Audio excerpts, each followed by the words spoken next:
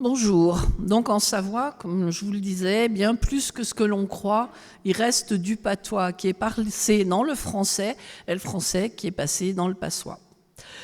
Nos vallées alpines sont des lieux de passage très fréquentés. Notre parler est certainement un mélange de celui pratiqué par les voyageurs, les militaires en cantonnement, et ce depuis des siècles.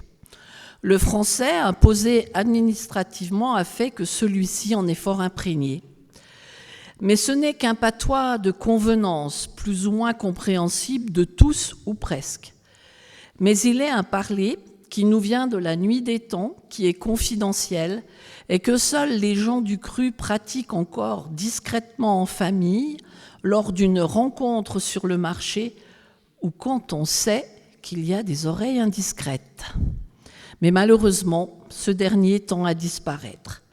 Il en est même que dans un village qui est aujourd'hui une station de ski, qui s'appelle Tignes, il y avait un patois qui était vraiment réservé à ce village, le Terrachu.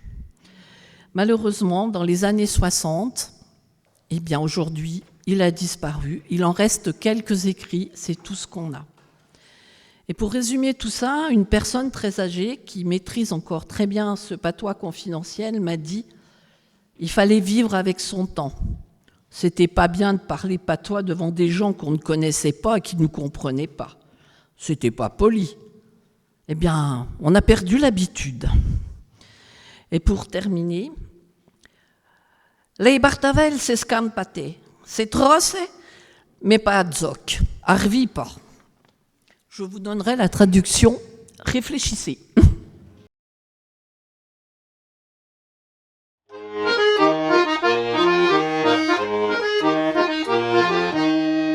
Le franco-provençal. En famille des patouets. En belle linva, qui cambe les frontières du Dordewi, entre la France, l'Italie et la Suisse. Les Savoyards sont des vues bilingues, avec marché du tcharé mourieclo, y comprenant le français et y prédivant patouet. Mais il y a le duc Emmanuel Philibert qui a commandé à son administration d'écrire en français. Par nous, des célos de la montagne, et en italien, pour ceux qui sont de l'autre là. Ça, il y avait un tcharera 60 chons. Il n'y a pas ça qui sont déjà les habitudes des uns qu'on continuera à bêcher après Dieu, pas toi. À l'école, la Révolution a voulu, sachez, tu le patois de France de l'enseignement. Mais il y a un 10 jours en 80 que le français a été imposé. Ici, parfois d'un coup, bêcheur.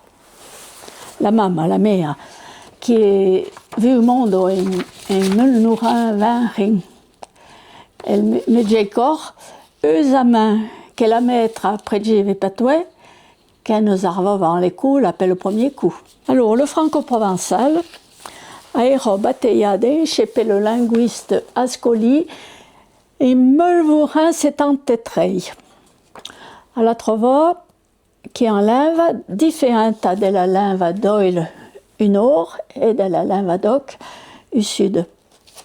Le septembre en plaris la langue, il fait qu'un siècle de saint. Autour de Davegranville, Lyon et Genève. Le vin todrei du latin, il est tout en famille des patouets, en il y a différents d'un commun à l'autre, comme tu le patouet, mais les différents ne sont pas de se comprendre. Ils vont gens des yeux vins, c'est qui prêtent. Était bien grinche ce matin. C'est à cause des têtes de chat qui tombent et de la cousse. Elle va m'être envanélée pour un moment et il va me falloir chaler pour sortir. T'en fais pas si t'es trop ma fille. Je vais bien y aller et y faire. Je vais mettre mes tricounis. Je vais aussi manger un bocon de pain avec un coup de gnôle et ça ira bien. L'extension de ce pronom I, Y, dépasse largement les limites du franco-provençal. On le trouve en Dauphiné, en Bourgogne aussi. Alors d'où vient-il? Il vient directement du latin, lui aussi. Le franco-provençal, à la suite du latin, il connaît 3 genres, le masculin, le féminin et le neutre. En français, on n'a que le masculin et le féminin. Si on veut dire tu le connais, par exemple, cet homme, sous-entendu cet homme, on va dire tu le connais. Pour une femme, on va dire tu la connais. Et si on veut dire tu le savais, ça c'est neutre, c'est un objet indéterminé, c'est une idée abstraite, eh bien on va dire aussi tu le savais en français, on reprend le masculin. Alors qu'en patois, on utilise le pronom neutre. À Hauteville, on a ce pronom qu'on dit on ici. À Mâcon, ils disent ou. En chartreuse, ils disent yo. Enfin bon, c'est toujours à peu près, c'est le même pronom neutre. Tu le connais, tu le savais, faisons ça va. Alors on ajoute un z pour éviter le hiatus. C'est un z de liaison seulement, mais le pronom neutre c'est on. Alors quand on veut le traduire, ce pronom neutre en français, eh ben, le patoisan qui a l'habitude de distinguer le masculin du neutre, eh ben, il a pris le pronom Y du français qui sert dans d'autres occasions. Par exemple, tu y vas. Là, c'est correct, quoi. Voilà. Voilà, c'est pour ça qu'on a tous ces i, tu y feras, les vaches elles y mangent pas, j'y sais pas, j'y veux pas. Bon. Alors en Savoie et au-delà, on a beaucoup de noms propres, que ce soit des noms de lieux ou des noms de personnes, qui se terminent soit en Z, soit en X. AZ, OZ, EX, IX, etc. Les scribes, pour indiquer que cet accent tonique portait sur l'avant-dernière syllabe, ils ont pris l'habitude de mettre un Z. Ça voulait dire qu'il faut accentuer l'avant-dernière syllabe et étouffer au maximum la dernière. Alors, après, ça s'est généralisé et c'est comme ça qu'on a eu plein de Z à la fin des mots. Alors, ça concerne les noms de lieux. On a la Savine à la Gure, on a la Cluse, la Fèque, l'Arpette, la Combe, la Giette. Et puis ça concerne aussi les noms de personnes, Anxiona, Merlo, Falco. Bon, le nom de personne, maintenant on est pratiquement obligé de le prononcer ce Z parce que c'est tellement rentré dans les habitudes et dans l'administration aussi. Alors, quand il fallait accentuer la dernière voyelle, qu'est-ce qu'ils ont fait? Ils ont mis un X. Ça voulait dire il faut dire la dernière voyelle, la dernière syllabe. Chamonix, Montvenis, chez nous. Qu'est-ce qu'on a encore? Vulmy que tout le monde dit. Vulmix maintenant. D'ailleurs, si on regarde les vieilles cartes, Vulmy est écrit avec un S à la fin. Et les patoisans, ils disent Vremy. Ils disent pas, il n'y a pas de X. Les Valdotins, eux, ils prononcent correctement. Ils disent Morgé. Ils ne disent pas Morgex. Saxonnet, la Motte-Cervolet, on devrait dire. Enfin, le pays de Gé. Là, c'est plus compliqué qu'une syllabe. Et puis, à force d'écrire ces lettres finales, on a fini par les prononcer. Et pourtant, en français, on ne les prononce pas. On ne va pas acheter du riz en se grattant le nez et en demandant le prix. Par exemple, je ne les trouve pas, mais chalet, c'est un mot savoyard qui a été écrit en littérature savoyarde pour la première fois par Jean-Jacques Rousseau. Le mot n'existait pas, la réalité n'existait pas en dehors de nos pays, donc le mot n'existait pas non plus.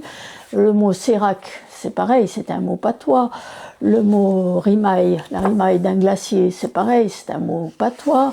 L'avalanche, en patois, c'est la lavanche. Là, ça s'est déformé en passant en français, mais ça vient du patois aussi. Mélèze, ça vient aussi du patois. Reblochon, Tom, c'est tous des mots patois à l'origine qui ont été adoptés en français parce que le français n'avait pas les mots équivalents, donc ils les ont pris forcément. Ils ont été pris. Maintenant, ils sont dans les dictionnaires français.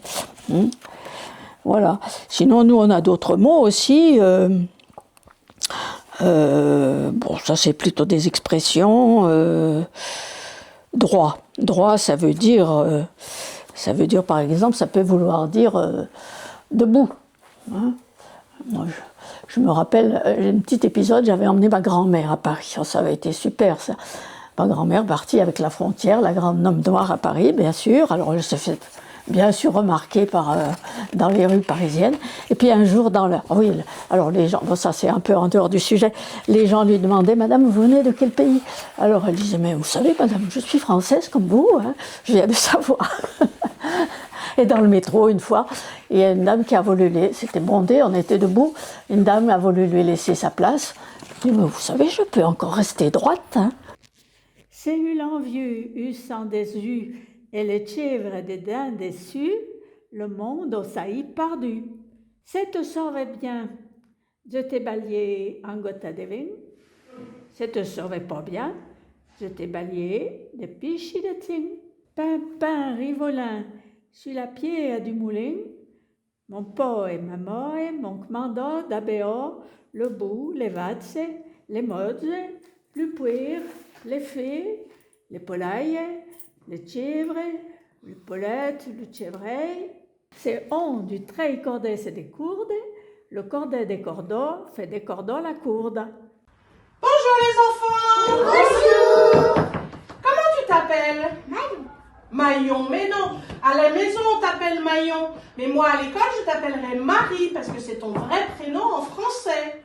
Et toi, comment tu t'appelles? Moi, je m'appelle Pauline. Pauline, voilà. Elle s'appelle Pauline.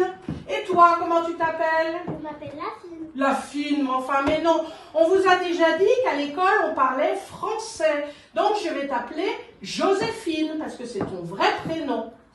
Et vous, maîtresse, comment vous vous appelez? Moi, je m'appelle Églantine. C'est un joli prénom, hein? Ah, bah à l'école, on vous appellera Églantine, puis à la maison, on vous appellera Gratacu. Non, mais alors, qu'est-ce que c'est que ça? Dus arrivons ben matin du mai de maille, avec à la main les bougnettes que l'imam avait failli. Ils m'ont demandé mon métier, mais quand fier de mes ID, artiste de variété, c'est mon manique, juste derrière, j'ai ceinturier un type qui joue con i Chopin, le rire du sergent, la folle du régiment, la préférée du capitaine du dragon. Le rire du sergent, un matin di fuori m'a fait comprendre come fort per gagner des galons. C'est moi je suis d'accord, et sentent simplement coquet chanson d'amour.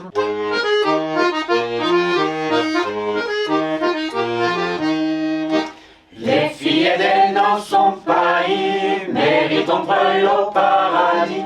Les amants dansent la polka, le quadrille, la mazurka. Mais le pareil est pas tonton, les tignons d'un abri coton.